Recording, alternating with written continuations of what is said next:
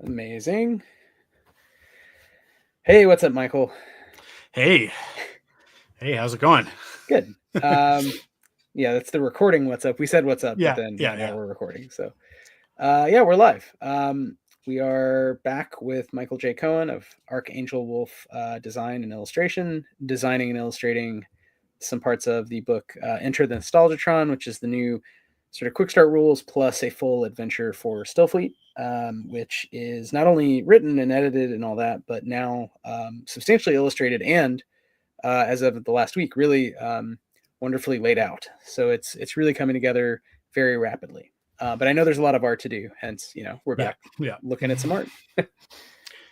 Yeah, it's a whole process, right? I mean, like it's funny because if you had looked at the list of art that we had when we sort of started the process of layout, you would and like what's completed, you'd go, oh, okay, so we're most of the way there, like 95% of the way there. But then as I did the layout, it's like, oh, but I've got some space here, so let's throw an illustration of this. And so there was a lot of stuff that as we really like zoned in on the layout in the last little bit, that it's like, I think I added about probably 6 or 7 new drawings, which is like, I have no one to blame but myself. But it's smaller stuff. It's like all of the main like character illustrations and sort of like the big splash page stuff is all mostly done. It's like, oh, cool. I've got room here. Let's add a little piece of nostalgia tech, or let's add the Jungle Warrior slurps on this page, and just the extra some extra little bits. But it's been so awesome to see it come together, and for it to transition from a thing that we were talking about to this thing that we wrote to this thing that is now essentially a book. It's a really cool process. And in less than a year, and hopefully not too much in terms of tearing out of hair and screaming at the computer and such. It's great to work with you, and there's definitely an ebb and flow. It's like we have an idea, okay, let's write some stuff. Oh, we have to do marketing, and now we're in that wonderful phase of both real production, just focus on, okay, get the thing done, and also unexpectedly somewhat less fun finding new logistical partners to bring it to life. So potentially, so that's for maybe another stream, but for the art side, it's really coming together, and it's cool to see how much you've been able to add. And I also find that process happens with art and writing, where basically, as you said, if there's white space, we abhor a vacuum, just like nature. Over here, we're pretty maximalist. We like to not necessarily go into the full ruleless expressive realm of the Merkborgs of the world, but really just make sure that if there's a good idea and we have room for it, we can plug in that extra paragraph or extra quarter page or eighth page illustration, or just some cool graphical zhuzh, some cool weird background stuff. So you're a great graphic designer in addition to an illustrator, so it's fun to see with the kind of solo artist focus how you're doing that together. It's funny because it's like it's they're very different hats, right? So there's absolutely an element of like me fighting with me about certain things where I'm like, man, I really wish you had done a different illustration here, because it's not fitting into my layout. And then it's like, well, I am the one who did the illustration. No one else to blame. Exactly. Like, oh, I wish I'd written this in a clearer way. Oh, wait. Well, in this case, you and I wrote it together, but I know what you mean. It's like sometimes you're partly through a project and you're like, why is this not the way I want? Oh, right, because I did it differently. We're also joined by Vex in the chat, as usual. Hey, Vex, what's up? Thanks for chatting. And so Michael, I don't know if you want to sort of talk about art specifically, or we should just talk about other stuff and you zone out. But I know today we're going to go back to the full page sort of cereal box, tyrannical consumer packaged good, where Ubun, the sort of snake man bad guy, vaguely sort of Shredder meets Trump, is grabbing by the neck a hapless company space marine, and it's to sell sugary cereal. So all in good fun. Everything we say parody. Don't swat me. Silly spaceman propaganda is how I have referred to it, because that's to me what this is. There you go. Yeah, I mean, yeah, we can talk about whatever. We can talk about the art, or we can talk about whatever you want. I'm just gonna. So we did sort of a roughing of the layout, right, of this illustration. No, I've got some pieces of the rough sketch in the back there, but I sort of, after we went off the stream, I continued working on this a little bit. I remember we had the helmet was not quite working, so I went in and I did a proper sort of like 3D of the helmet so that it would be the right angles and proportions and everything. So his head is correct now. So now I'm at the point where I'm going to take the sketch and I'm going to ink over it, and get the final lines. So nice. Just reduce the opacity there so it's a little easier to see my final lines. But yeah, we may have spoken about this last time, but using Procreate and other digital tools, how different is inking from, or have you ever really done this step of kind of inking in illustrations with art markers or paint or other media, basically? Yeah, so every October I participate loosely in Inktober, which is a drawing challenge where you do a drawing every day. It was started initially by a guy named Jake Parker, and then there was some controversy about people trying to copyright things that shouldn't be copywritten, like the term Inktober. And so there's a lot of, like, within the illustration community, there's a lot of like, we don't call it Inktober anymore, it's Drawtober, or like everybody kind of it sort of splintered and everybody went off to do their own thing. So I just draw Star Wars characters. I just draw 31 Star Wars drawings over the course of October, and I use all of the hashtags so that it gets as much visibility as possible. But the purpose of that is to stay within like traditional medium, right? Like so I use a Bristol board. I get these 6x6 Bristol board cards, and then obviously I pencil sketch, and then I ink over it. I these great Japanese brush pens that I use from ZenBrush, and then I use Winsor and Newton markers, and I tend to stick to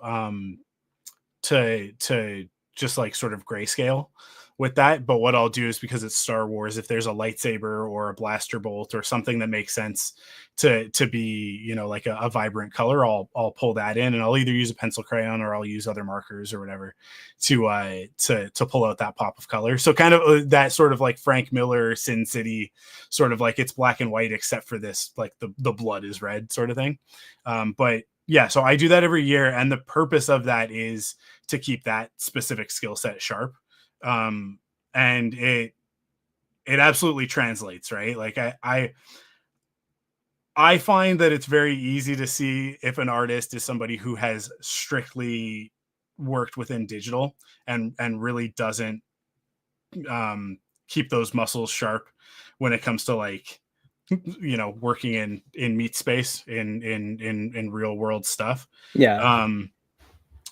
And the reason why I consider it an important skill is that, like, I can do all sorts of things. You can see here, I'll just undo all of that, right? No, and not it's the like, snack. Yeah. It's so easy to just adjust, tweak, go back, undo. You can put things on separate layers. You can do all sorts of things in the digital space, that when you're working in an actual physical medium, you just don't have that luxury. So it forces you to be a little bit more economical with your time, because you're going like, well, I don't want to restart this, especially when you've done like a pencil sketch and you're like, well, I don't want to do the pencil sketch again, that's for sure. Or like have to figure out a way to work around this mistake that I've made. So I'm gonna be more careful, but I also can't afford to be slower. So you have to figure out how to balance those things, and like I said, keep those skills sharp in a way that with digital you just don't, right? Like I can make a mistake there and like, oops, I put a line where there isn't supposed to be one. Well, I can erase the ink. I can't erase actual ink. Did my camera just disappear? Yeah, but we still see the okay, the streamed image, but not you. Yeah. So okay. Well, whatever. The drawing is the important part. I'm not the important part. Maybe it'll come back. You didn't actually do anything. It just like flipped out. Yeah. Yeah. Nice. Fun. Love technology. I think it might be one of my many other applications trying to use the camera or something. But anyways. So yeah, like I consider keeping that skill in like actual physical medium really, really important to what I do. Yeah, I got it. So it gives you different perspective, and it's something you can dip in and out of. It's not like you always have to do one or the other. You can kind of go back and forth. But as you're saying, if you become rusty, basically, if you don't sort of appreciate the lack of Command Z or Command Z, as it probably is in Canada, I imagine. Yeah, everybody says that, but I don't know. Maybe it's just because I'm in Vancouver and we have more of like the West Coast Pacific dialect out here. But I say Z. Oh, got it. Okay, no, that's I'm honestly I like Vancouver, but I've only been like one time for a week, so my knowledge of West Coast Canada is fairly limited. Yeah, I think that's more of like a Toronto sort of a East Coast Canadian thing. Yeah. Like the boots and stuff like that. That we don't we don't say a boot. Yeah, that's like a mispronunciation of it is like an interesting thing, but not that interesting thing. It's a different thing. It's like leprechaun Irish accent is not actual Irish accent. Both are accents you can do. It's just one is based in like a real group of 4 million people or whatever, and the other is like a TV movie thing that's evolved. Yeah. Or like it's like who talked like pirates ever? Not pirates, that's for sure. But we all can do the pirate accent. Yeah, so I mean, in another world, it would be, it would be really interesting to think about. I don't read a lot of comics, but with this project and just for random reasons, like recently I was at a indie comic show in Brooklyn and picked up a few, indie comics, and it's interesting to think about like who's using digital or physical media, and even just the conventions, like the alternate covers, or like getting a guest artist to do like a sick, like weird special cover, which are often a sort of inserts and like the graphic novel, the trade companion version where it's several issues with some extra flair. So I love that all our games, and I'd like to do more of this. It really is a matter of like space and how expensive things can be, and also time. But I love that we're doing right now basically a full page insert that's like not really core to the book. It's just like kind of like we had leftover space. It is, in this case, it's something you want to do from the beginning, like you called it. But the position and everything is really a function of layout. So yeah, I think that there's some crossover not only with thinking about how these media have arisen, like before we had Photoshop and Procreate and Illustrator, but also just like genre conventions that come from specific other media and that we're trying to plug into. Sometimes, other times they just kind of fall into our lap.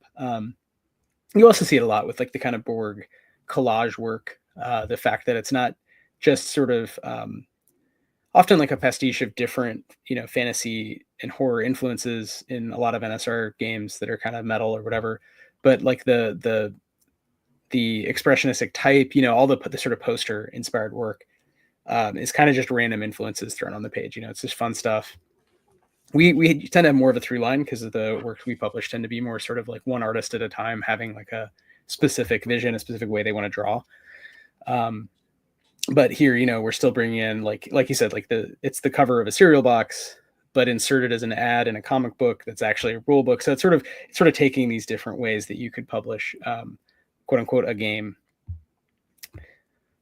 People who sell pirate themed wares appreciate the importance of pirate talk. That is true. I mean, that's what's funny. I was thinking about it the other day, like the number of people who dress up as pirates at like Disney type activities, it must be so much greater than the number of actual pirates who lived, at least in the early modern Caribbean. You know what I mean?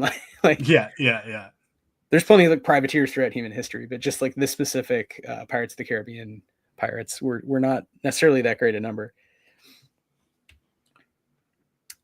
So you're about to ink, but I see you're sort of re-outlining. So stupid question. Why are you re-outlining? Do you no, so this is the inking, right? So what I had before is what I would consider a sketch layer. So the brush that I was using for that was a pencil brush. So you can see how it's like the edges of it are very rough. There's sort of that sketchiness aspect, right? So what I'm doing now is an actual like simulating what actual like ink would look like, right? Now I use a brush that does have a very rough edge on it, because I feel like it gives it a little bit more of an organic sort of vibe.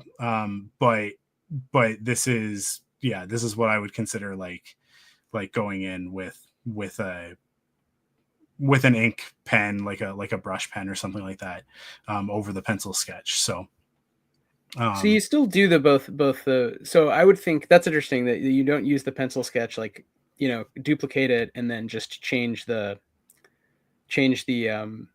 stroke or whatever. But you're actually redrawing it as, again, you would like on Bristol board. So you're preserving that kind of process of like rougher pencil that's meant to be more gestural, or capture things that might not be ink but would be colored in a different way or something like that.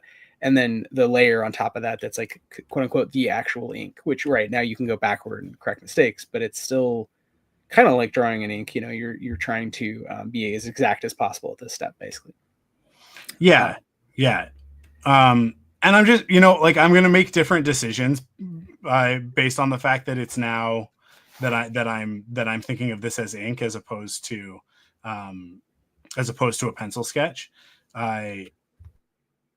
And so like there are a lot of drawings that I do that like it starts in a certain way when it's sort of the pencil sketch part of the process, but takes on a very different vibe or a very different aesthetic when you start treating it as ink. So this is a good example of what I'm doing right now when I'm adding in these shadows. The way that I've sort of like done this sort of like blended edge where it's not like quite a straight, just sort of like perpendicular or 90-degree sort of like it is there, right? Like where I'm kind of blending it a little bit more together. That's and the reason why I'm doing that is because I'm trying to emulate comic book ink, and comic book ink bleeds. It'll pool, and it'll sort of start to just create these extra shapes. So when you look at older comics, you see a lot of those sort of shapes. Now, because I'm doing digital, I have to emulate it, right? Like I'm thinking about it and going like, I want it to look like that in that sort of a style. But it's not something that I necessarily am going to put in when I'm doing the sketch layer, because I'm kind of treating them more as like hatches when I'm doing the sketch layer. Like if I was doing that style of shading, and sometimes for some pieces of art, I will just stick with pencil, right? Like with that style, it kind of just depends on what vibe I'm going for. A lot of it will depend on like sort of the coloring technique that I want to use. So for this, I'm going to use a lot of like cell shading technique, and then add in some gradient stuff, some airbrushing and that sort of thing. But for the most part, it'll end up cell shaded. That's what the majority of the shading and rendering looks like in the style for Nostalgitron. So, because I know that that's what I'm going to do, I want the ink to be like very sharp, right? Like I want it to have that crispness to it. Because for cell shading, what we're emulating there is, doing like an animation, illustrating on a piece of transparency, essentially, right? I think it's cellulite. I think that's why they call it themselves. But that acetate sort of transparency, and then you then you paint on it, right? You put actual like literal paint. Yeah, I think it's celluloid, but yeah, I think it's the same. Celluloid, It's your cellulite is inside you. I'm sure they're related, maybe. I'm guessing. Yeah, maybe. Yeah, so knowing that that's where I'm going with all of this, it's like that's where the ink stage is important. That's when it kind of starts to become relevant. Totally, and I can see the organicity, the fact that it bleeds, quote unquote, even though it's digital. So creating, using that brush is important to make it, mimic ink on paper. And it's not something, it's subtle enough where, the way it's going to be printed, you're not going to really, see the fuzz, but it does add to a little bit of the gestural. It adds to the jazz element, which, like in hip hop, because you can write beats with, drum computers that are like perfectly timed. People go back in and correct and like make the beats a little bit off. So it's like your ear doesn't, it still hears it hitting on the 1 or the 2 or whatever, but it's like just different enough from the way a computer would do it perfectly that it has that liveliness. Well, yeah. So in audio engineering and film and television, you're going for like the cleanest recording you can possibly get, right? And the audio engineer will end up, like, for dialogue and stuff like that, they'll end up cleaning it up to the degree that there will be absolutely no background noise whatsoever. It is just the person's voice, and they'll do all of that work to remove all of that background noise. And then at the end, like one of the last stages is to go in and add room tone back in, because if there's no room tone, it sounds alien. It doesn't sound like it's actually in a real environment. And so, like, that's one of the first things that you learn in film school when you do your audio engineering stuff is like, don't clean it up too much, right? Like, you like clean it up, but you're going to need to go back in and make it dirty again artificially, in order to create that authenticity, right? Because the human ear will pick up on that, and the eye is the same thing. That's where the uncanny valley, where that phrase comes from, right? Yeah, I mean, it's also the idea that getting back to the idea of pastiche and like what we are simulating or emulating when doing a different artistic process, and it's like it can't live in a vacuum. Like ultimately the mind is going to assign it some meaning, and I think the pressure is greater with visuals and audio. So there is that kind of alien, like sensory deprivation chamber, lack of room tone that's weird. But I think that's more subtle than when you're looking at something and can't quite place it. But it looks, there's an uncanniness to almost figural or almost representational art, because the human brain is so overly engineered for finding patterns visually. That you're instantly calling to mind associations and kind of drawing, creating faces and clouds. So I think with something like this, where you're creating, a concept and bringing it to life for a game, it's a character, there's an implied kind of world with basically, and there's almost another sort of meta layer here where it's like, it's the cartoon version thereof or whatever. So the mind kind of races ahead, and then the problem of simulation or emulation, really, as you're saying, is to match the expectations, because the viewer is going to bring some of those genre expectations to the page. So if it looks like a comic book and it says it's a Saturday morning cartoon, then they're going to have ideas, even though they don't necessarily know, how celluloid animation worked. They're going to kind of know what it should look like, right? And so I think that's an interesting aspect of choosing a specific genre, as opposed to the sort of there's kind of the genre default. So like cleanish high fantasy concept art from D&D, right, means that if you can kind of draw a buff guy beating up a snake monster, then that's perfectly fine. But it's all coming from somewhere, and we got into that I think a little last time, and sort of the origins of some of these the sort of muscle man trope in fantasy and sci-fi. So it's interesting that all these expectations around what a good figure looks like ultimately trace back to something, right? They're not coming from just from nowhere. And that you do have to make choices. So maybe part of the sort of professionalizing I'm hearing on the artistic side is just kind of knowing and making choices for some reason or another, whether it's, totally idiosyncratic, or it's because you're very tapped into like well, this is how it would really be, right? If it was the Saturday morning cartoon version, and how do I quickly kind of do that? Because obviously, again, I don't think we could afford to hire you to do paint on celluloid. Unfortunately, that would be rad. But, it's something I've never actually done, so it would be a thing of like, oh boy, it would take longer. It would be a lot harder. yeah, like 7 years later. Yeah, because I'd be having to learn what mistakes get made, learning a new medium is best done during hobby time and not professional time. Forged in fire. Yeah. There's something to be said about that, though, of like agreeing to do something without having the skills to do it, and then having to force yourself to learn the skills. I've definitely put myself in that position as an artist.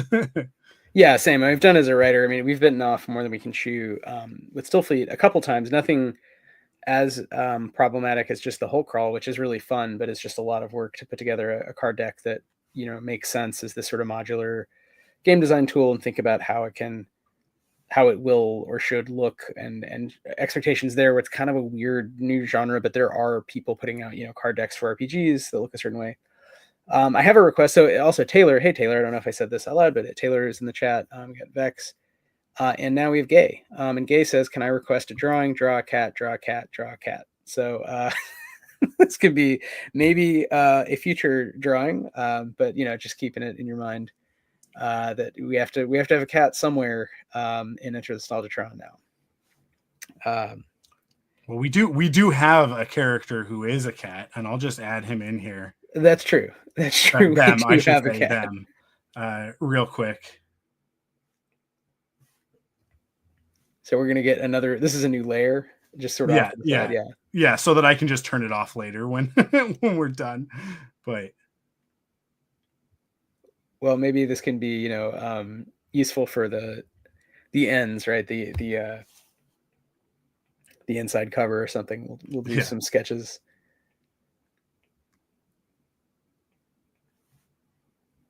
We got a little speed drawing. Love the little hands. Oh, I love this. This is an alt where Scrooth is on top of the hapless. Yeah. Totally San Hap. Company Marine. It's true. We will know that the cat is there, even if you turn it off later. Yeah. Those who were in the stream will have the secret knowledge. Yeah, it's some real art history. Like feels like a New Yorker quality fiction book about an art historian or something, uncovering that there was a figure painted inside before, and then the artist painted over it, one of the the Renaissance masters or whatever. Oh, great face. We got a nice cartoonish cat face. Looks very surprised.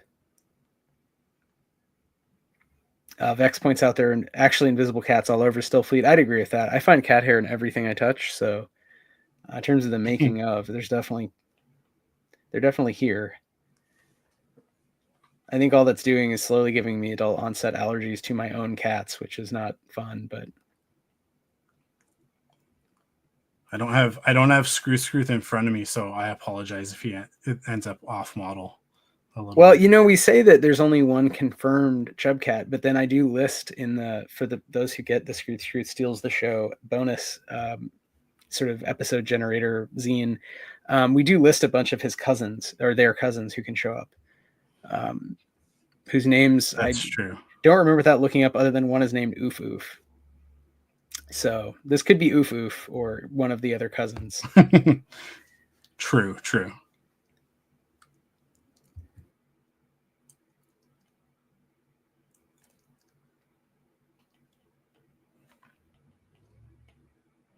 Those are a question when I'm doing this of like how big I make that little cape.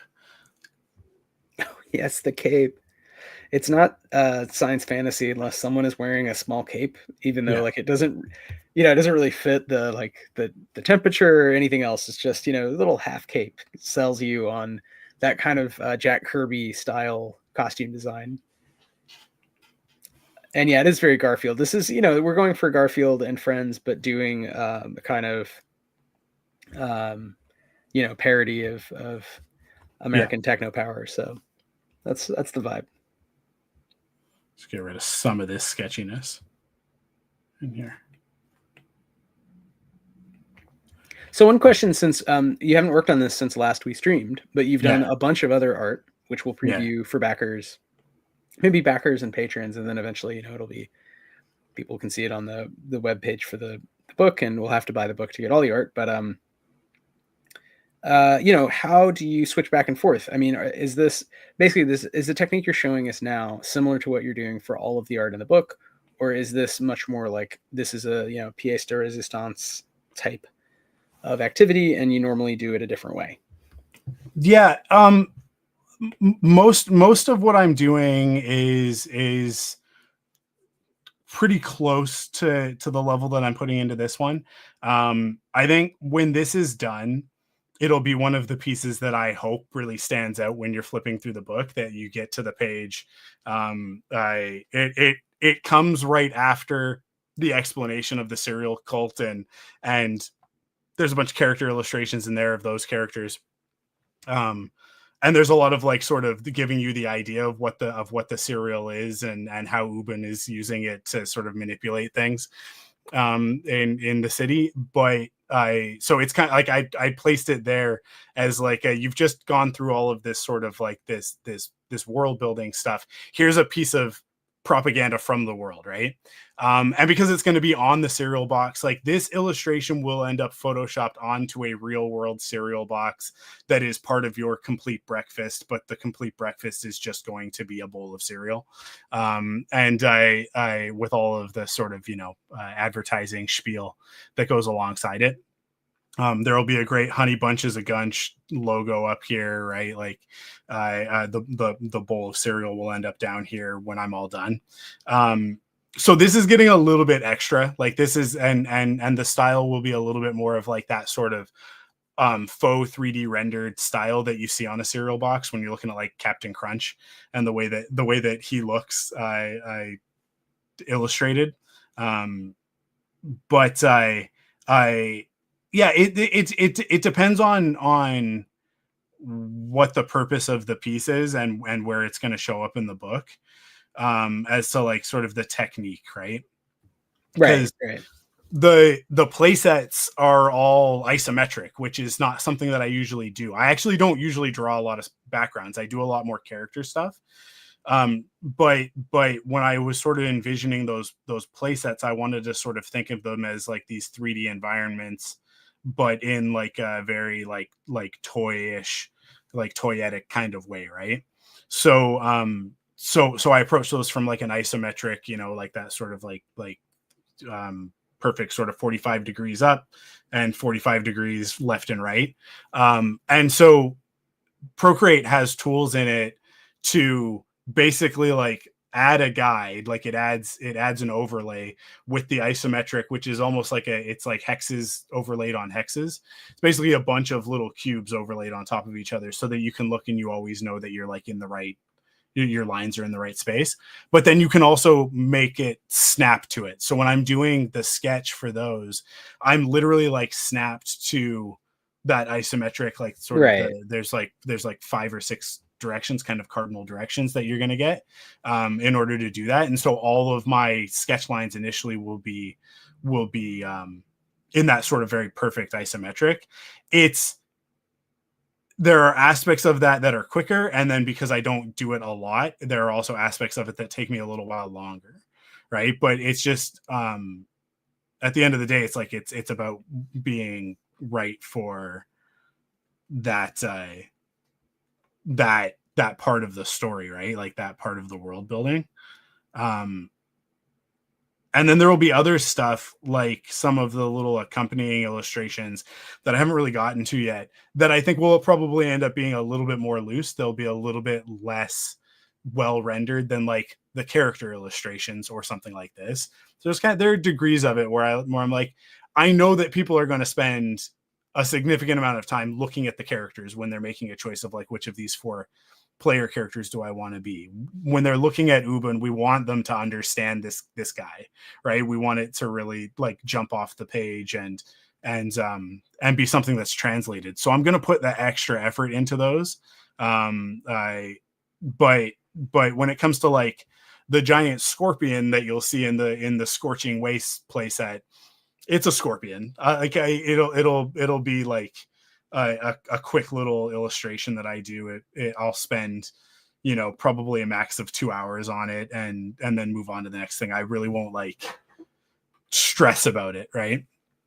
So it just depends on what the end purpose is and how much I want the player or the GM to focus on a given element is going to dictate how much time I'm spending on it. And this being one of those things that's like very, very world building to me. Like you said, this was one of those ones of like, oh, we're keeping this in. Like I'm making sure that there's room for the Honey Bunches of Gunch serial ad because it's a comic book, right? Like the format that we're using is comic book. And so there's got to be an advertisement for some sort of product. I think we might actually even have a spot for one more ad that we hadn't accounted for. And it's up in the air right now as to what that'll be, but I'm leaning towards like a Hostess fruit pie, like sort of mini comic, because that is like a staple of the sort of like the 70s through the 90s, is that there'd be like a little, you'd be reading your comic and then all of a sudden Fred and Barney are fighting over a Hostess fruit pie and you're like, this is a Superman comic, why are the Flintstones in it? And or the Ninja Turtles would be talking about their very specific green ones. I don't think there was any fruit in a Ninja Turtles pie, Hostess pie. I think it was some sort of like whipped cream sort of thing. But so I'm kind of like, oh, that would be a fun one to put in there. But the other thing that I really love, and you guys kind of did a little bit of an homage in a similar way in the core rule book with the are they X-ray specs? It's like X-ray specs, right? Yeah, it's X-ray specs. Yeah, exactly, from the Snake Men. So this would actually be, that was the introduction of the Snake Men in a way, the idea of this comical, ultimate bad guy form of humanity in the future that travels back and messes with us. And here Ubun is kind of an exploration of one sort of very minor offshoot and how bad it would be. And I think that I've always liked the kind of gizmo or gadget catalog, and I remember in my youth there were many forms that would take. But one thing that my little brother and I would always get is the Bud K catalog, which was like just weapons. It was like very cheaply made, mostly sort of East Asian coded, but like very fantasy looking, or Scottish, or like Highlander was big, so this is like peak 90s bullshit of like a catalog of weapons you're not allowed to buy, or you don't have the money to buy. And as you get older, as a teen, you're like, wait, I could buy this. It's like $30. I could just get a ninja sword. And then your mind is like, wait, why am I mail ordering a ninja sword? But it's kind of like early internet. It was like, well, it sort of was equal with any other like, rapscallion teen activity. But yeah, basically all to say, they had a sort of graphic design style that was like a mix of trying to vaguely echo the thing they're talking about. So if it's the Scottish Highlands in the Middle Ages, then it's sort of supposed to have font and things that are reminiscent of that, but also just like really bad and cheap and rushed. So I think there's probably a trove of that, and this is so specific. There's probably niches that are anything you can imagine. They have whole catalogs, and comic books would tend to have a smattering of certain ads that are a little bit similar to that. But I think there's whole regimes, lost worlds of graphic design that are all terrible, but all kind of, we're talking about nostalgia and in a way how evil it is, we need to kill it, but also how the Snake Men, in some way, this is this sort of high-minded thesis that they are these creatures of nostalgia, that if you have sort of time-traveling bad guys who've predicated their whole culture on earlier points in humanity's history when things weren't as screwed up, sort of almost like climate disruption, but at a scale of, galaxies and the whole universe, the laws of physics going off the rails, people have been polluting it with advanced technologies we can't even imagine. And so I think it's sort of nostalgia all the way down is this kind of, to me, there is something very dark about it. And even things like that from my own childhood, encountering them in the wild, they fill me with a sort of dread. both from aging, but also I think because of this kind of idea that there's this sort of cultural detritus that gets buried over very quickly, built over. And if you unearth it, there's all kinds of sort of spooky dungeons of culture buried below. And some of it is banal as just like a catalog full of $30 ninja swords. So that's my take on sort of this, because I read comics, but I was not as into reading comics, so I didn't have that like every week getting the each issue of whatever series, you know what I mean? It was much more random. From with my older brothers had a bunch of issues of something, and they got bored with it or whatever, and then discovering manga, and that was very it's sort of different to get like big chunks of that don't have the same ads generally, especially if they're like that. Or the nicer like kind of image ones, they wouldn't have the ads.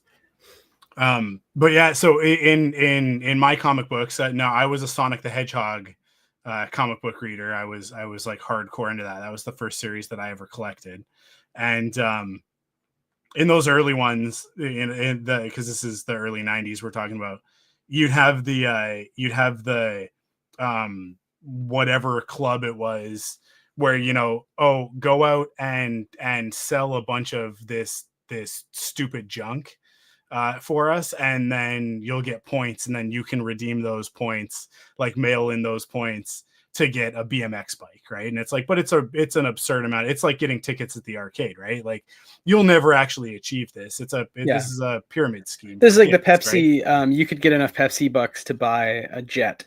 Yeah. And Michael, before you go on with your story, we just have a question in the chat. Are you a Ken Penders stan? Ken Penders, I take it, is Drew Sonic. But please, I also want to hear more of this. So when it comes to the Sonic stuff, Patrick Spazianti, who did the covers, I think I may have even mentioned this on the last stream. I know I talked about it on one of the episodes of Why We Roll that I was on. Because Spaz, as he referred to himself, that's how he signed everything, and it's how everybody referred to him. Spaz was a major influence on my art style, because I was such a big Sonic the Hedgehog fan. So the interiors, the writing was some of the best stuff that I had read at that time. It was, I definitely have brought it up in relation to like to Gargoyles, which I know we've talked about a lot, because Gargoyles was that first thing that was like, oh, a story can be more than just 3 acts, commercial breaks, 22 minutes, and then we're out, right? That it can continue week to week, and that like things that happened 12 episodes ago can come back, and all of that sort of thing. The Sonic comics around issue 25 started to go in that direction, and so there's a lot of controversy, because individuals think that they are entitled to the characters that they created while working for Archie Comics, but those characters belong to Archie Comics and Sega, not to the person who wrote them. That's a problem with copyright law. I don't agree with it or disagree with it. That's the way that copyright law works, based on the interpretations in the year 2025. And it's just kind of the way that it is. When you do work for hire, it's work for hire. Yeah. Right. Like unless you've made a specific agreement of like, the characters that I create for you belong to me as well as the company that I'm creating them for, right? Anytime that I'm doing any work for hire, I consider it to be, like, don't get too attached. These are not your babies, right? It's like being a surrogate. It's like, you're going to eventually have to give this up. It's not, decisions are going to be made that you have nothing to do with. So don't get too attached. Well, because you're bringing up like copyright law is one aspect, but there's also just making media, making art for a living, it's a team sport. And so other people touch it, you do an illustration, but if you're not doing the layout, or if you are in this case, but then there's constraints from printing or something, things have to move, it's usually there are people who do, I think especially of Michelle Fifi and like Copra, but like there are people who do everything themselves for that reason. They want total control. But I think like even for us, I mean, it's a small studio, but we obviously no one person is doing all of it, whether it's writing, art, whatever. And then in addition to that, I think there's even like over time, even if it is the same creator, when you do different iterations, stuff kind of evolves, and there's that kind of, and especially if there's other artists involved. So there's that feeling, like you're saying, of like, well, who is the one true or the one best version of X. But even like with George Lucas, like, I mean, you know way more about this than I do, but like which Star Wars were better or worse than the others and what has changed over time. We got into it with Alien about, these different regimes where you almost have to really take a deep breath and be like, you know what, Prometheus wasn't that bad. It's just that Prometheus Covenant is a different regime of Alien from the original, and it's different again from the new one with Romulus. And if you sort of accept that it's just like the things you like, the characters you like, but somebody else's take, and also time has passed, decades have passed, then yeah, I mean, it's the Heraclitean observation. It's never going to be the same. It's never going to feel the same way as when you first saw the first movie, right? And yeah, I also met him. He's super nice. We were talking about the guy who does Copra. I think I don't know how you pronounce it. His last name is Fiffe, I think, but he's super cool artist. I think Ethan introduced me to his work, but does all his own writing, art, and layout all by hand, and then ships everything himself. And he briefly, I think, was with Image, but then went back to shipping everything himself, which to me, that was, I hate shipping stuff. So, more power to, if that's your thing, like that's super cool. But yeah, for most of us, I think there's some sort of, team sport element of this stuff that gets interesting. And it gets interesting with concept too. I remember you and I, when you were first doing sketches and we were writing out, bullet pointing, okay, who are the characters in this adventure? Yeah, there were things where like, well, can it be more like this? Have you considered this? We need somebody who does this. How evil is evil? What these kinds of classic questions. But yeah, as soon as you have one other chef in the room, right, it's not gonna, it's suddenly it's kind of like who owns it becomes, yeah, there's IP law, but there's also just sort of the abstraction of like, well, more than one person worked on it. So I always feel like that's important to acknowledge and should be acknowledged legally differently, for sure. But at least we try to acknowledge that at the level of like, yeah, if you want to go do some art prints with this, be my guest. You know what I mean? Like it's yeah, we're printing a book, but you did all the work of drawing all these characters. So yeah, and that's, I mean, this is actually speaking of the reprints. I mean, partly, and this is something I really not considered when we first did the core rule book that much, is cost. So trying to keep costs down so people can access the art, and you can keep making it and keep doing iterations. It becomes this weird wheel of like, if you only want to do one cool art thing once, you can kind of do whatever you want and figure it out generally. But if you want to like keep doing a thing, you have to like think through the logic of, okay, how long did that take me? Did I make any money? Like, yeah, what did people actually want? As opposed to like, I made the perfect thing, drop mic, walk away. Taylor points out, I kind of love the exquisite corpse of team creation over time. It's really neat to think about what influences a certain generation of style. And yeah, I agree. I mean, I also think there's the kind of zeitgeist, which is a fun one. The idea of fads and things becoming recurrent, coming in and out of style. And I think that's something also, Michael, you and I talked about with this project of kind of, okay, it's actually very specifically early 90s. You know what I mean? It's not actually just all old cartoons or comics. It's really cartoons from a certain era for specific reasons. And then we're using it to actually parodize fairly specific things happening now in a way, ultimately, but like, because it's in Stillfleet and it's kept broad enough. It's an intro adventure to an RPG. So it's sort of like, you could know none of that and enjoy it, I think. Right. But for you and me, it was like, all right, there's a kind of team dynamic of like, what are the specific things we're like, pegging to the board, right, to kind of remember. So if we have to make choices, it's like, okay, well, that's easy because one of the choices will fit the brief better, right? Yeah, I mean, I think this kind of goes back to something that you were talking about earlier, with sort of like, when I was talking about the intentionality of things and, me sort of like making decisions and working towards those decisions, right? Like, I think certainly with graphic design, one of my mantras, one of the things that I will say when I'm talking to other designers and when I've been in management or mentoring sort of scenarios is, when we do a design review, what I'm looking for is not, is this good? Is this bad? What I'm more often after than anything else when I'm in that role is like, what were you doing? Like, why did you make the choices that you did? And if you come back to me and you just say, I don't know, I thought it was cool. It's like, well, that's not good enough, right? Like, that's not like, design is intentionality. Design is purpose.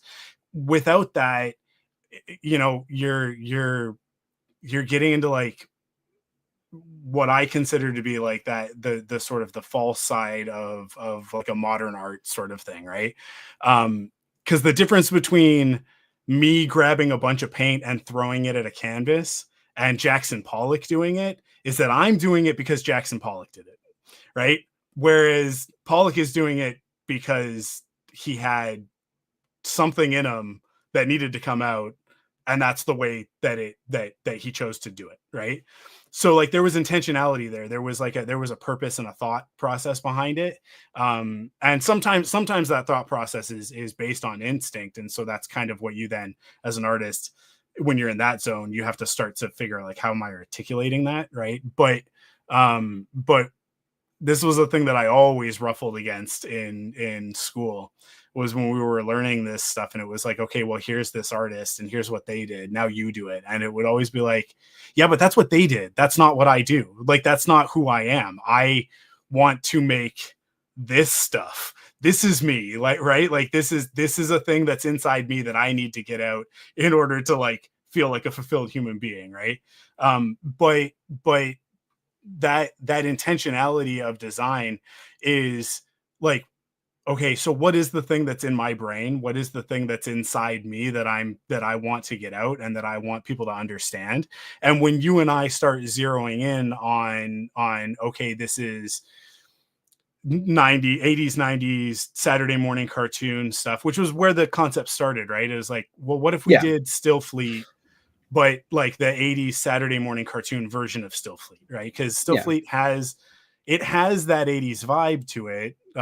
Again, very intentionally, because Alien was one of the influences, right? So like that's the era that's coming from, is from the late 70s. And cyberpunk, the idea that the technology that the characters start with is supposed to be canonically, quote unquote, a mix of 16th century, you know, early capitalist workshop, you know, European workshops that were all built on colonial violence.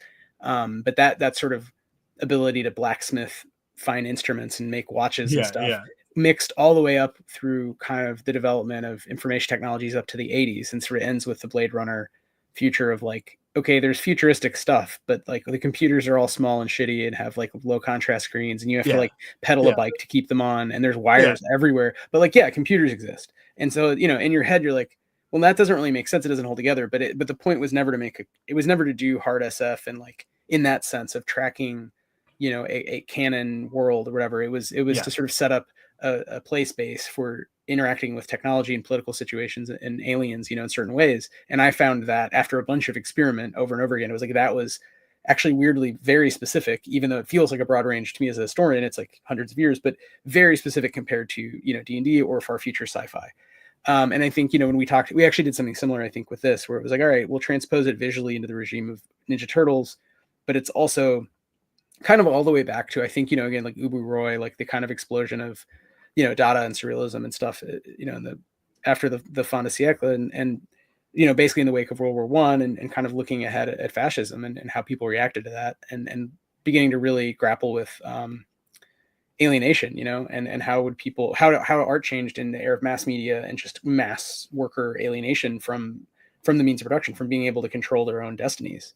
So, you know, everyone is an atomized little worker, and you're reading the newspaper, listening to the radio, and how did that affect art? Well, it gave rise to these forms that you and I grew up with and just fucking loved, you know, it gave rise to golden age of cinema. It gave rise to everything down to Gargoyles, the cartoon. And so for you and me, it was like bookending, you know, okay, what is the limit of this kind of very, in a way, 20th century version of Stillfleet? Even though it's still set, you know, in the game in the same far future, this is the kind of homage 20th century version that's not trying, you know, with the main books, we were trying to make it look like it's in another time and space. This is like, no, it's in the early 90s. And it's harkening back. There's sort of, you know, touchstones going back to earlier sort of responses to basically the rise of fascism and how art, you know, depicted that. So here we're satirizing it. We're kind of using early 90s stuff to satirize something that many people have responded to in different ways. And in some ways, this is our very limited, you know, like response, right? This is us doing the same, you know? Yeah. And I agree, Vex, early horology, you know, watchmaking, timekeeping, while it would be insanely annoying, is really cool. Actually, when you see those old devices. You're like, I can't believe this worked, but they're beautiful. They're really beautiful to see. If you ever get a chance, go to any museum that has old stuff like that. So that also, it's an Easter egg that's in the Cornwall book. There's a basically museum of horology that also has kids museum stuff, and then exhibits on the Snake Man and how dangerous time travel is. So it's it's like, what would the culture of produce, right? What would it warn kids about? Because that's basically what museums are. I love that aspect of Spindle, because when we did one of our play tests, when we were talking to Raxus, there was a moment where you did the, like, because I think it was the one when we got the device, right, the Snake Man device, and so you did a little sidestep and did sort of like an ad of like, and you can see more stuff like this over at and you kind of like pitched it to the characters almost of like, go visit the museum, and I love that it was like you could go there. There's things to research. It might help on your mission, but that, like, because of the way that the co is structured, we cannot miss an opportunity to take some of your money from you. It's just like that, like that capitalist thing is like always there of like, it's a children's museum, but it's also like there's a bunch of important stuff in there that's like, actually, it might help you understand something of where you're going, but we are going to charge you to go in there. That you are going to have to pay to get in, along with the school group that's going right now. Along with the gags of like, you're paying to do a Disneyfied version of things in the corporate town. The sort of like, you can't. There is no outside. It's the Severance kind of mode of the company in this game, and there's to some degree that in a lot of sort of sci-fi RPGs and sci-fi media more broadly. But there's also, I think, just, there's levels of interpretation and intentionality about like how your characters would interpret it. And it's like, that's where you went to school, right? Like when you were in under school, you went on class trips to the Waverly Museum and learned about things like early debates, what we would look at as like the origins of horology and like Dutch workshops. What we'd think of as like 1980s level, like biotech, like, DNA and like growing, basically producing food en masse in like a lightless environment with like, wires and electricity and stuff. And you learned about time travel and the danger of the time traveling snake man, and it's like, that's like, not, for us, it's a joke and it's a silly way to have fun. And it's just become concretized as quote unquote canon, largely by accident over time. But for the characters, it's like, well, that's how they see everything. That's how they were programmed. That's how it's propaganda. It's also just like, before the level of like intentional political propaganda, it's just like the background noise of culture. We all went to school. Like, say I grew up with these catalogs of knives and swords in the South, because that was like a normal thing for high schoolers to like get mailed to them. And the parents were like, yep, that seems normal. Yeah. You want to order a ninja knife? That's like, whatever. And that's, I'm sure there were other kids playing with like guns. Like we weren't allowed to play with guns. Right. So that was, I'm sure, some sort of difference. But that's, I think, something with quote unquote world building, which is, it's of limited interest to me in the sense of like, if you're writing a novel, it does one thing. If you're doing an RPG, I think you have to use it differently. But in either way, you have to think about what are these levels through which we're viewing the artifact. So some of what we're talking about today is kind of how we're viewing this book, which I think is really fun. But also, when you play it, the characters in theory are bringing in all these influences. And so some of it is just making choices and being like, no, that shit doesn't really matter. You can run it totally as just a goofy, like it's a sci-fi game. You're sort of Ninja Turtles characters, go fight this shredder guy. Or you can kind of get into, all the levels of like, what would really happen if they kind of go in the hard SF dimension, which I find is a fun thing as a GM to like try to do, just because it pulls, like the table is always so goofy. Like the story is always so silly in the end that it's fun to like play the straight man in a way and just be like, okay, I'm going to treat this really seriously and try to kill you basically, and see what the players do. If you go to the museum, it can give you bonuses to research. Also, it's going to be annoying because, if you've been to children's science museums recently, they tend to be full of children, and it's kind of annoying. I mean, they're kind of amazing too. I think they're fun, but I like kids. I love the sort of I naive way that they approach things. Like I love spending time with kids because like they'll give you a perspective on something that you just, as an adult with all of the knowledge that you have, you'll never consider it. Like that sort of that neuroplasticity is there. So I love spending time with kids. But I love specific kids. I hate other people's kids. It's like my friends' kids, awesome, right? Like my kids, the best. random children in an environment, get me out of here. So I would love to go to the aquarium or the science museum on a field trip with a controlled group of children that I'm like familiar with, right? That like that you know, like my kids and their friends or whatever. But like go on like a Saturday, it's a little bit more, it's a little bit tougher prospect. It is, but those environments are very cool environments.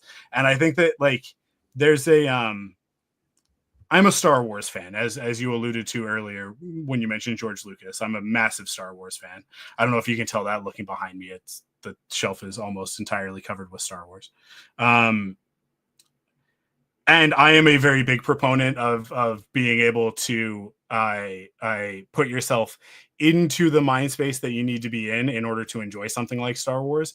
Because I think that one of the reasons why the prequels just don't go off well with a lot of people is that most people just don't have that. Honestly, it's the same skill that you have when you're playing a role-playing game, right? Like they just don't have that ability to go like, but what would I think about this character if I were 8 years old, right? And what about it when I was 8 years old did I vibe with? Because I don't think it's wrong for an 8-year-old to look at Darth Maul and go, that dude's rad, right? Like I don't think that that's incorrect. It's a different perspective than I have as a 39-year-old, right? But it's neither one is wrong. Neither one is more correct than the other. So for me, it's like it's a thing that I mean, obviously, like this book is Saturday morning cartoon inspired, right? It like that is a space that I want to play in. I want to be in as an adult. I want to like practice that, and I think that it's a skill that a lot of adults just don't have. I think a lot of people, they hit a certain point in their life, they're told it's time to put away childish things, and they take that very literally.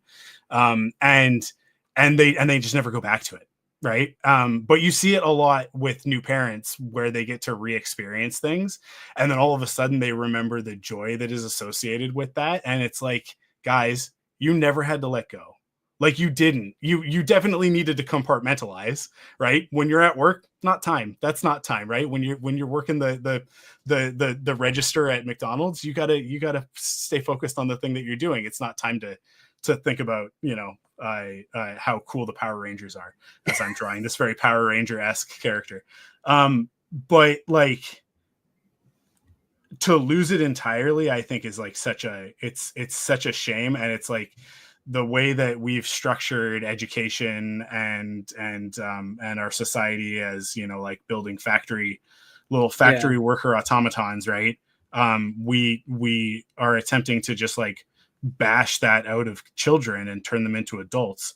And I just think it's such a disservice to society in general. Because like those spaces, the spaces that you're talking about when you're talking about like, yeah, like this is the inspiration for this aspect of Stillfleet, or, you know, like this was sort of the thing that like being able to get into that headspace and into those zones of like that potentiality, right? Like that quantum state of like, I don't know, anything's possible. Because to an 8-year-old, anything's possible, right? It's as adults that we get really bogged down in things. That is one of the main lessons that Yoda sort of like sideways teaches in Empire Strikes Back, when he says to Luke, like, you have to unlearn what you've learned, right? You've gone through life and you've made decisions about things that you don't even know anything about, right? Oh, that the rock is there, so it can't be over here. The ship is too big, so I can't lift it with the force. And he's like, no, stop thinking that way, right? And it's like, but kids don't think that way. Kids are like, oh, I have magic powers, well, then I use the magic powers to do this, right? It's second nature. And I think that that's like a skill that can be redeveloped as an adult. And that it's like, that's where I think when you see like neurodivergent people being sort of at the forefront of a lot of creative endeavors, that's why. Because I think that when you're neurodivergent, it's a lot harder to let go of those things, especially when dopamine is involved. Because man, bright colors, flashing, it's basically like, we've talked about this a lot. Saturday morning cartoons are basically junk food for your brain, right? Like that's kind of how they were designed. It was they're commercials to sell you toys. So it's like, let's make this as appealing as possible to that developing brain. And as someone with ADHD, it's like, well, I still crave it. And that's why I like anime. So that's why I'm watching Dan to Dan, because it is just absolute like visual junk food. But then there's also an opportunity within that stuff to go deeper and to have really cool stories that you can't have in other mediums. And so it's I don't know, like with anything, it's balance, right? Like it's you know, you want to have it's good to have both. It's good to be a serious adult sometimes. It's also good to be able to sit and watch a cartoon with a kid and go like, that's pretty rad. I like that. That's cool. Red's my favorite Power Ranger, right? Have an opinion. Know what your favorite dinosaur is. I think that's my rule of thumb. You got to be able to answer that style issues, because I was technically a child, but I never liked like childish stuff, like kind of ever. And I think that's almost like a, you know, not to steal anyone's like valor, but I mean it's almost like a type of like neurodivergence, right? To be you know, just have a different opinion about things, but be able to be like, okay, I recognize like the play with kind of universal forms, which again, as I think, you know, the enduring power of Star Wars, and in a positive mode, like why especially things like, you know, from the original movies. I mean, I'm very biased, but those hold up better, and the scenes with Yoda, etc., that are more memorable, I think hold up because they do touch on, and a lot of just the character design, like even Darth Maul, whatever. I mean, the character design touches on universal sort of themes of good and evil and whatever, and those can be unpacked and they are coded culturally. But there still are sort of ideas of heroism that, you know, like this sort of Joseph Campbell, you know, version of mythology that, okay, all cultures have some sort of story of going off and facing the world and wisening up and having to make difficult decisions and stuff, coming back, you know, learning the importance of family. And I think there's different, you know, media that does that differently for two different ages to some of the things you're getting at. But to some of the question of intentionality is like, you know, we can also choose when we're using them and in what way. And as adults, that's kind of fun. And I find it, you know, the more and more I get into this industry, having spent my whole life playing these games, it's just like more freeing to have more and more agency to say, okay, now I want to do a thing like X because Y, as opposed to, well, I want to do a thing like X, to your point, because it's cool, right? It's on the top of my brain. I remember it. It looked cool. Okay, Alien looked cool, whatever. But, you know, Alien looked cool is not really like a deep critique of capitalism, or frankly, a story of like a worker, doing her best to survive in a dangerous occupation, or like an encounter with the other radical alterity, right? Like, or exploring a almost Earth, you know, terraforming, like all these like big topics which relate to kind of both everyday life things, but also just cool what ifs. And I think the more that you can unpack them and think through like, okay, well, what are we doing now? Whatever the visual register or the sort of storytelling register, it sort of empowers you. And I think that's a fun aspect of kind of storytelling over and over and over again. And that's one reason I just truly love RPGs, is they force you to tell stories over and over and over again with different people. And some of whom are literal, like children, to your point, and they point out different things, they respond to different things, but they're still, you know, they're generally intelligent players who care about stuff.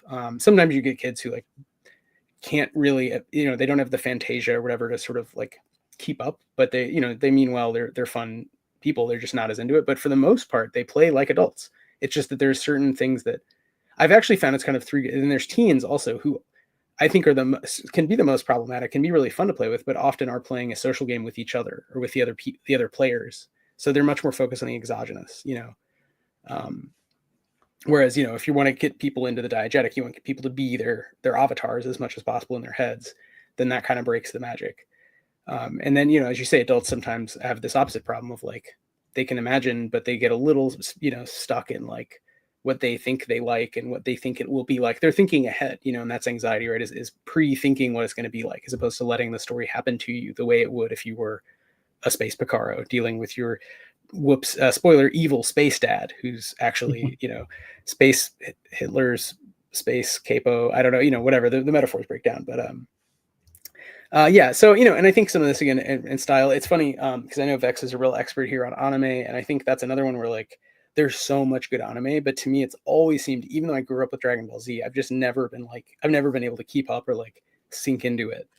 It's always felt like opaque, even like, I mean, I've lived in Japan, so it's nothing against the anime and the culture of anime. It's just like it's not a series of cultural moves that I know super well, and I don't always get the sort of references that I think if you're into that world, it like opens up for probably like literally 4 billion people or something, right? There's like modes of sort of storytelling at the level of the way you draw, character design, as well as like jokes and just, titling and things like that sort of assume that you've been immersed in that culture.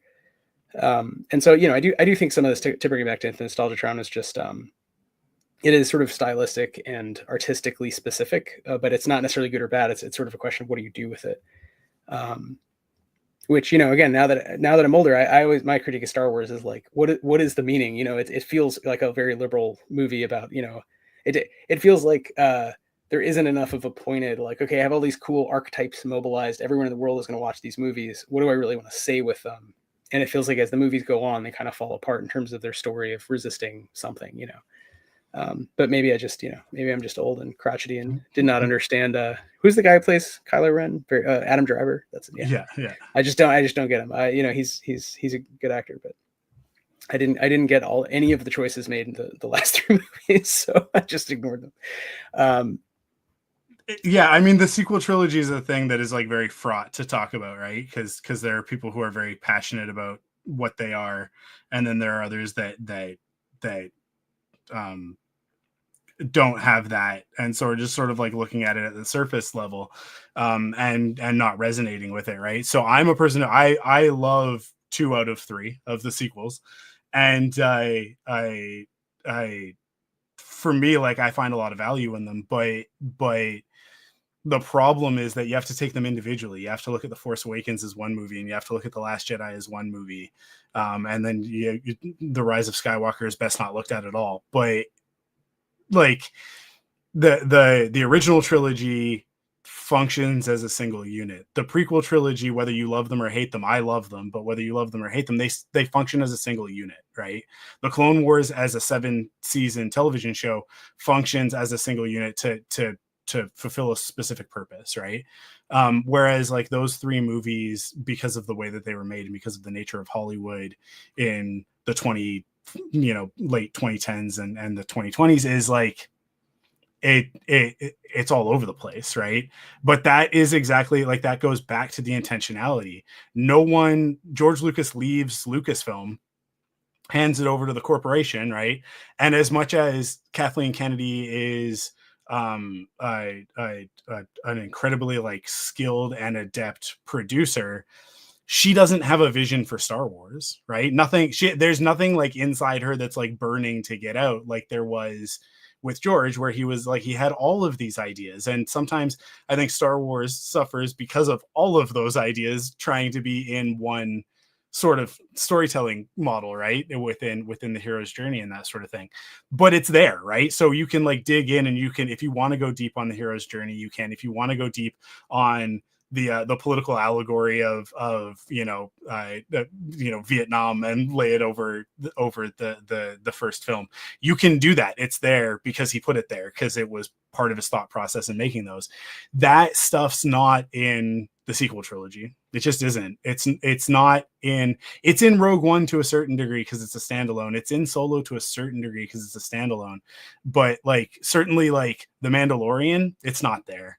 It's not like, it just doesn't have that. And The Mandalorian's really cool and I love it, but that's the thing that's missing there, is that like Lucasfilm as a corporation, as a corporate entity, has no vision or purpose at the moment, and other than to make things that are cool that sell. And it started to really like show up on screen in the last couple of years. But that said, there's also stuff that has really stood out. The Acolyte, I think, because Leslie Headland had things to say, stands out for me. It's an incredible piece of Star Wars. And Manny Jacinto, who is one of the characters. If people haven't seen The Acolyte, I don't want to spoil it, I guess. It's been almost a year, but he had a lot of like really, really purposeful ideas in his head when he played that character. And to me, like, that comes across on screen, that comes out, right? And that I think, like, you can make art that just looks cool, slap it on a t-shirt, put it on a lunchbox, make money off of it. That's fine. Right. Like, it's like getting a caricature at the boardwalk, right? Like, yeah, this is neat. The person who made it has a lot of skill, but like, nobody cares. And so nobody's making franchises based off of caricatures from the boardwalk, right? But if you've got something to say, the chances are, if you can execute it well, that stands the test of time. You'll find people who it will resonate with, and it'll be around. And that's why, like, we keep coming back to Gargoyles, we keep coming back to Alien, right? Like, these are things that there's something in it, something that Ridley Scott had to say when he directed Alien. I don't remember who wrote Alien, the first Alien movie, but certainly, like, all of the allegory of, like, assault and stuff like that, and seeing it, from a female perspective enacted on men, that's an angle. That's an intent, right? And that's there in Alien. And I think it's one of the reasons why, that creature ends up being a thing that transcends what it was, right? It's a movie monster, but the xenomorph is so much more than a movie monster. Why? And that's why. Well, it's hard to add new archetypes. And we should wrap it up, as we're having this conversation. But I didn't even notice. It's fast. No, it's great. It's really good talking to you as usual. And of course, there's tons of art to do, but it will be faster, I feel, if we let you get back to it. But it's hard to add to the kind of canon of archetypes.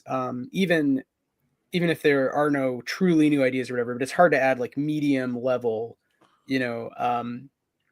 concretizations that feel sort of meta stable. They feel stable for a while in culture. And I think, back to what you're saying with Jackson Pollock, it's not like no one had done sort of intentionally, asymmetric, fractal, dense, non-representational art. It just wasn't something that was prized in Western high art, tradition. And expressionism, for a variety of reasons, including literally, like, CIA influence trying to pull people away from socialist realism, led to this explosion of interest in, maximalist and minimalist kind of non-representational, non-interpretive ways of making art and process art and all kinds of fun stuff, ultimately. But it's like, it's not that no one had done that. It's like someone concretized it for enough people and it became kind of a new thing. And it's very hard to do that. I mean, I think you generally have to be driven, as you're saying, like, you have to be that kind of auteur, like, performer, whomever, artist who has a perspective, who has some feeling that they're communicating in some way. And then I also think, the right time, right place, and maybe seeing it as such, being able to sell it. And I think it's tricky now because we're all little brands and we're being told to kind of brand ourselves and sell ourselves a certain way in an era when that wasn't the case, when individuals sort of weren't brands as such. The authentic, when you read about it and see, earlier regimes of art, it's like, oh yeah, there's like this punk, authenticity. And now it's like, nothing is really authentic. It's all sort of mediated by, like, well, what does it say on your social media profile? You have to distill, okay, well, the kind of punk I do is X, Y, and Z, and here's why. But yeah, I agree. Like, the xenomorph is one of those last that I can think of as just is in sci-fi, like, truly, whether, even if you don't love, say, Ridley Scott as a person or something, it's like that team, Dan O'Bannon and Giegert and everyone, and Sigourney Weaver, they made a movie that had a kind of almost new take on whether it's, sort of about, we've talked about kind of, demons or vampires, but maybe being the most apt, like, type of legendary creature that the xenomorph sort of reconstructs. And it pulls from, the work originally done for Dune that then is used in Star Wars by some of the same designers, right? In terms of visual design and sort of assumptions about, like, these very, right, basic pieces of the human brain and how you could make sort of far future sci-fi stories out of them, dark and light and good and evil and this sort of stuff. But yeah, I mean, that's kind of the goal. And I think that's, for me at least, when, in terms of making,